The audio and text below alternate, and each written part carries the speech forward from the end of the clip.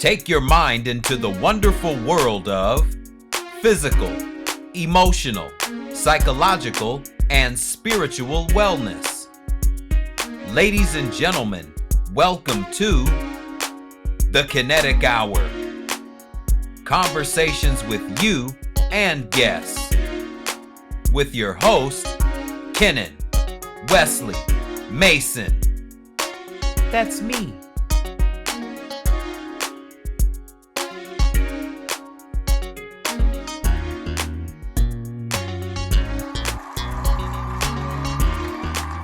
All right. Good morning, good afternoon, and good evening, and welcome to another edition of the Kinetic Hour. I am your host, Kenan Wesley Mason, and welcome one, welcome all.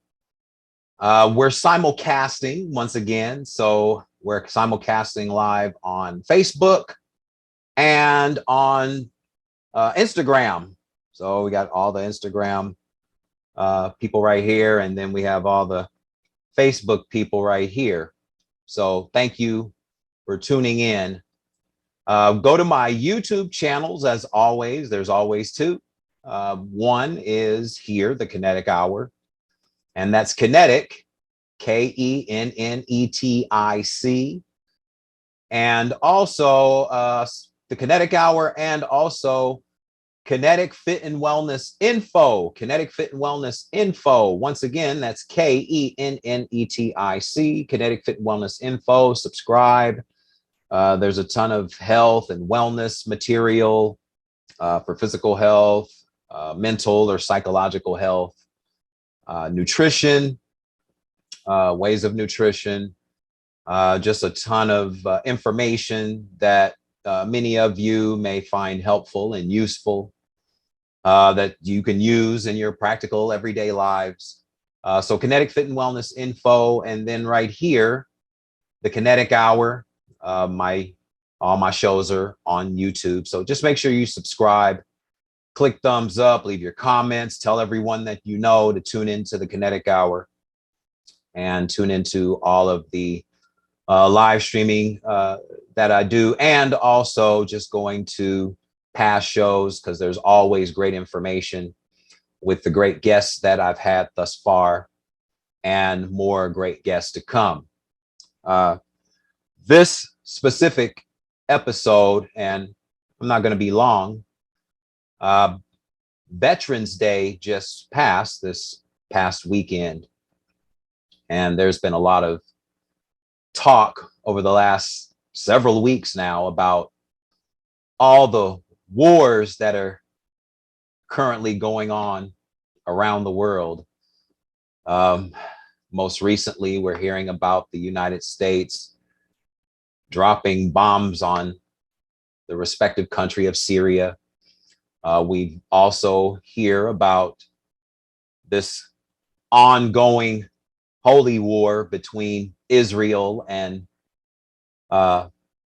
Palestine, the people of Palestine, where we're supposed to look at the Palestinian people as our enemy and the Euro-Israeli people as the great, noblest. Nothing against either country, respectively. But this is something that's been going on for quite some time. We're going back to decades, even back to the era of the Ronald Reagan administration, where you had all these countries, including that of Israel and that of Palestine and that of Afghanistan, which when Joe Biden got into office, pulled out all of our American troops, or many of them, if not mostly all of them, out of Afghanistan, leaving all the weapons there to be picked up at random by any terrorist regime, which is exactly what happened, it appears. And if you go back to where we are today and the necessary actions or the necessary events that had to take place for this to happen, we can talk about sloppy Joe Biden and how he's handling this war and consistently wanting to give money to this other war that's been going on for several months now, this war in Ukraine, and or the war between Ukraine and Russia. Where's all this money coming from? You know, to pay for all the wars and to fund all of the bombs and tanks and all the weaponry that's been needed to fight these wars, all the guns and bullets and everything else that's needed in any war. The United States has always had their invested interest in war. I mean, we can go all the way back to the Civil War, and the funding that was made available to either side of the war. It really doesn't matter what side that's being funded, as long as war persists. And as long as war persists, there are many groups of individuals that benefit from the ongoing act of war, the ongoing act of war. And we've been seeing it, well, I've been seeing it pretty much all my life, where it's either the United States being involved with some country in a region called the Middle East, which is more or less Northern Africa, or broken geography from North Africa, but it's called Middle East. And so there have been many wars that have been going on for not only decades, but we're talking centuries. These holy wars that have been going on for centuries. We're going back to the days of what we know as the days of theological text or biblical text. That these wars have been happening over the sake of someone's policies of how the country is going to be controlled, or the disagreements on what religion is going to be the dominant force in that country. Because we know that church and state are one of the biggest bedfellows, church and state. It's been that way for a long time. Some people call it fascism. But nonetheless, war, the continuance of war has generated an abundance of revenue for those that propagandize war and perpetuate the system of war. That's why we call it the military industrial complex, as explained by former President Dwight Eisenhower in his farewell address, because he understood the power of the military and the great might that it possesses, and the powers of the United States that possess the power of the military, which is why we have military bases on, I don't know what, 200 in 200 countries, or 200 military bases across the entire planet, which means that we're pretty much the police of the planet. So I want to read a few passages because this is just some things for military personnel to consider. I have nothing against those that are in the military. It's the question is, what are we really, and who are we really fighting for when we choose to enlist in the military, or in the United States military specifically? I want to read just a couple of just a paragraph here or two from a wonderful book by Robert F. Bolin. It's called War is a Racket 2. And Robert Bolin is a military veteran, U.S. Marine Corps. He's a U.S. Military, U.S. Marine Corps, former Vietnam veteran, former Vietnam veteran. 1 year with the infantry and 1 year with intelligence. Robert F. Bolin. And he says, and this is from his book, and also you can reference another book, which is another classic, which is where this book comes from.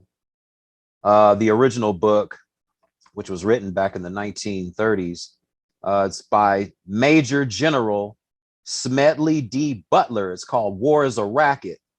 This is the original book right here, War is a Racket, and it's a wonderful book here. But I want to read a couple of passages here from War is a Racket 2. And by the way, Major General Smedley Butler was a World War I veteran. And he was the most decorated World War veteran of his era. And this is before, Major General. He retired in 1931, but and he had 2 Congressional Medals of Honor, 1914 and 1917. That's Major General Smedley D. Butler, a World War I veteran, and he wrote this book called War is a Racket as he saw what was coming for World War II. But I want to read, and he became one of the, I think General George S. Patton was the next most decorated person to get those medals of honor, General George S. Patton, after World War II. But a couple of passages here I just want to read from War is a Racket 2. Here in 2003, the United States spent 47% of the global military spending. The United States is the biggest arms dealer in the world, selling 57% of the arms sales to developing countries, a net worth of $14.5 billion. Not very close was Russia at $4.3 billion.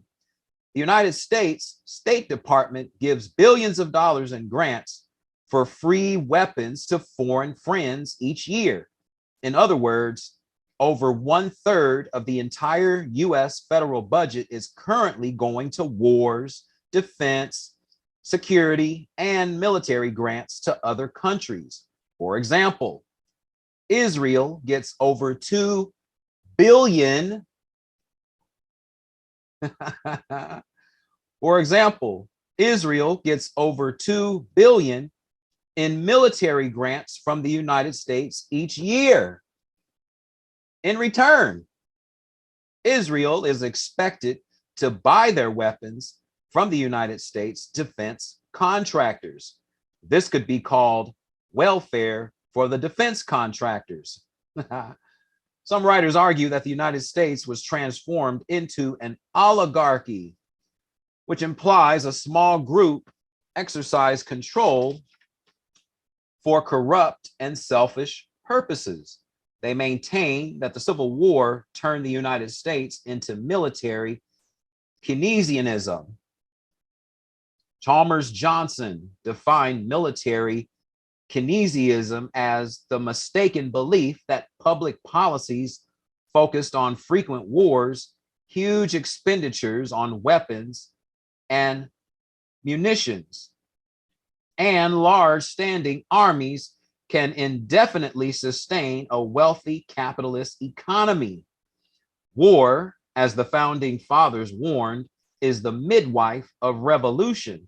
Such a policy directly or indirectly enriches select politicians and businesses. War is a Racket 2. How the United States government manipulates the countries into unnecessary, or how the United States government manipulates the country into unnecessary wars and military interventions. And that's War is a Racket 2. Um, go out and get it, along with War is a Racket, the original by Major General Smedley Butler. Go get both of them, and these are a part of my library. Um, as you can see, war is big business.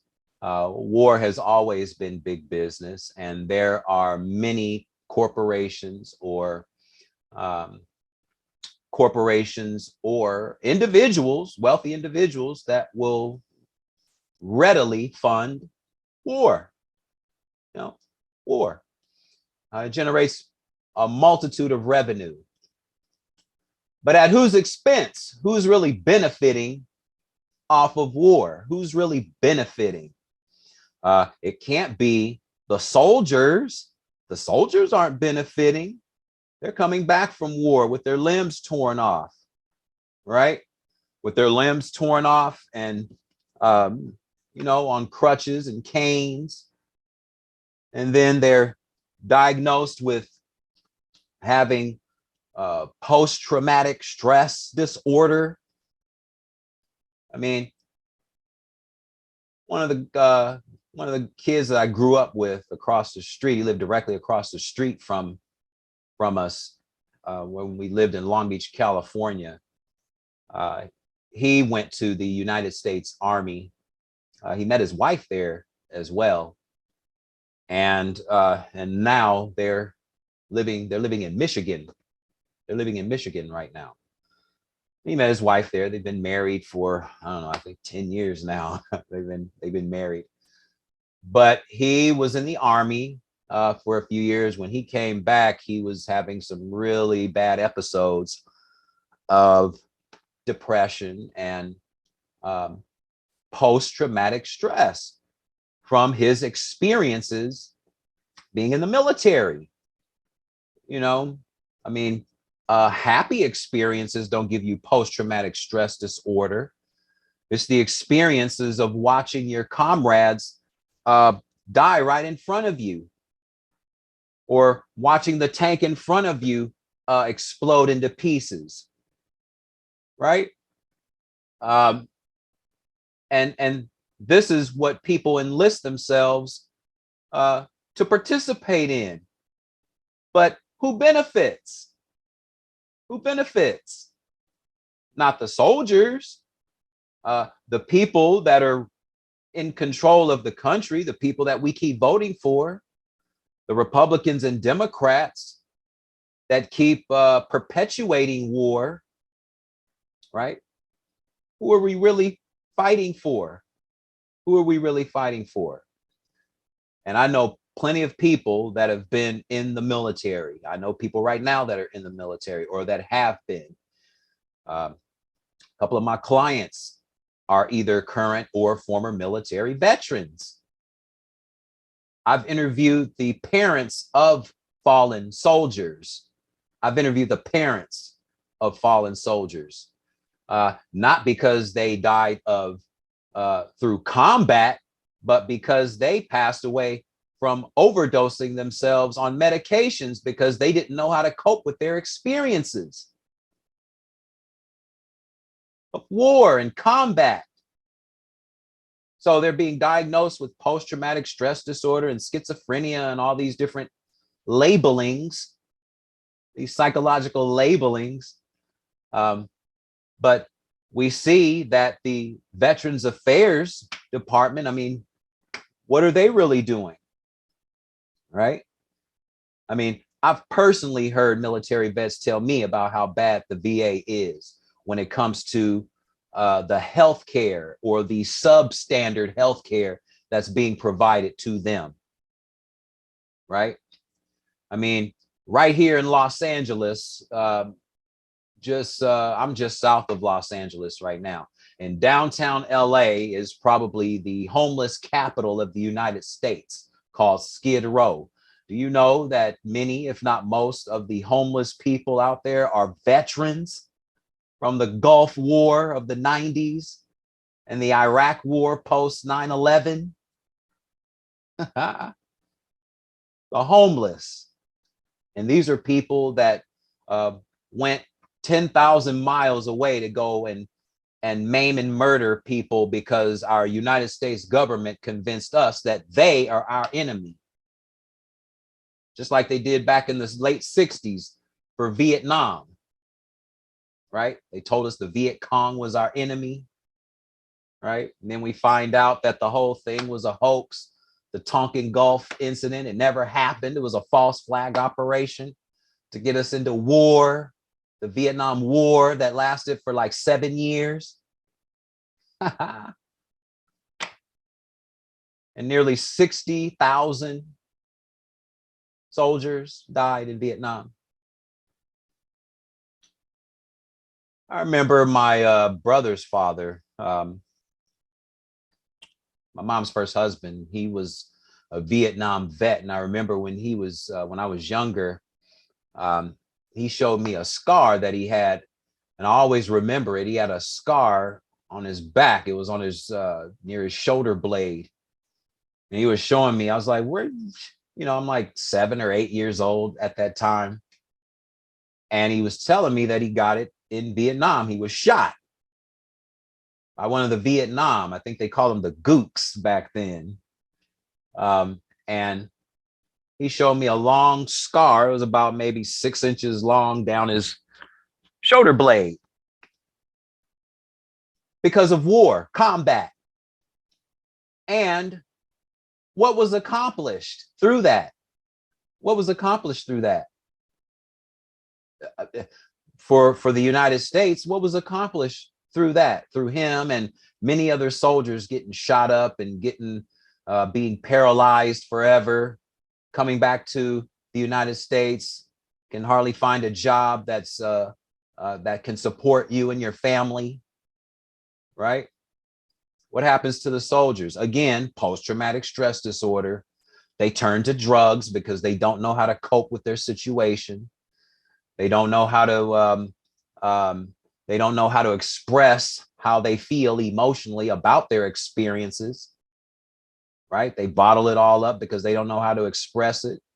And if they can't express it, it stirs up like a pressure cooker. And then they take out their frustrations on whoever's closest to them, right? Because they haven't released all this pent up frustration and emotion of all their experiences that they've had during their time in war. And I'm just specifically speaking about those that have experienced combat or being out in the trenches, if you will, right? And then they go and start to medicate themselves through, back in the 70s and 80s, it was cocaine, heroin, right? In the 90s, during the Gulf Wars and early 2000s, it was heroin and crystal meth.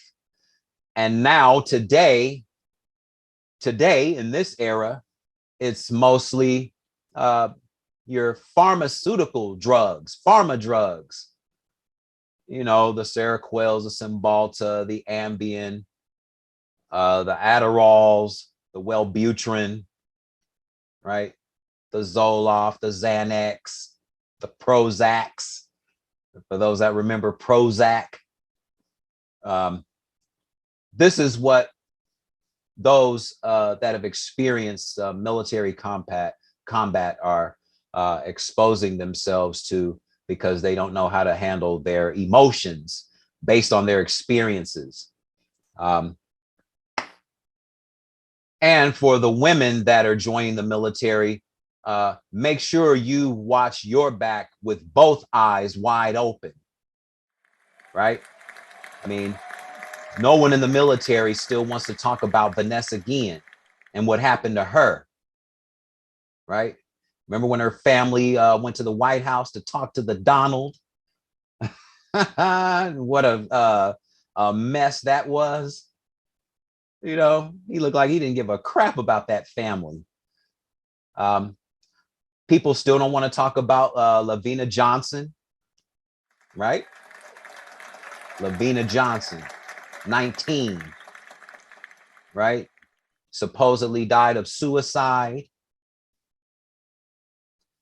But her father stepped up because he saw discrepancies in the story that was told about the way she died and what the autopsy revealed. Lavina Johnson, Vanessa Guillen, and others, male and female, that have mysteriously disappeared. But we're told that they just mysteriously committed suicide one day. Ay, ay, ay. The United States military. Do all countries need protection? Of course. Hell yeah, we need a military. The U.S., the United States Army, the Navy, the Air Force, the Marine Corps, the Navy SEALs, the Coast Guard. We need all of them. But again, my question is, who are we really fighting for and who's really benefiting? Who's benefiting while soldiers are coming back to nothing? Many of them, not all, many of them, because I know there's some soldiers that are really prospering from their time. But as we see, that's not the norm, that's the exception. And the more we have soldiers dying needlessly, because in their minds, they're enlisting so they can be all they can be, so they can see the world. No one has to join the military to see the world. I mean, the world is huge. When you join the military, you're joining to protect the citizens of the United States from enemies, foreign and domestic. Right? And soldiers leave their families behind readily to go and fight because they feel that they are proving their patriotism by leaving their families behind. So these are just things to consider. Hell, I can even go cultural. So many, we talk about Black men and fathers that need to be in the home with their children. How many Black fathers will protect their culture before they protect the United States military brand that they're a part of? Just a question. Many Black and brown people go into the military with great intentions. I've seen clips of people throwing their medals away. Gulf War veterans, Vietnam veterans. Again, like I said, I've interviewed the parents of military veterans that are no longer with us because they had great intentions of protecting the country, right? Again, some things to consider when we decide to join the United States Armed Forces that are supposed to protect us from invaders, foreign and domestic, because there's plenty of, including many of our own United States political figures. They're tyrants, which is why war is perpetuated so readily. So these are just some things to think about when you decide to enlist in the military. I'm not encouraging anybody not to. I'm encouraging people to think about the reason why you're truly going in and who are you going in for. What is your intention or purpose? What's your intention or purpose? Just something to think about. And while I sign off, I'll end with this in the famous words of Edwin Starr. War. War. What is it good for? Absolutely nothing. Till next time.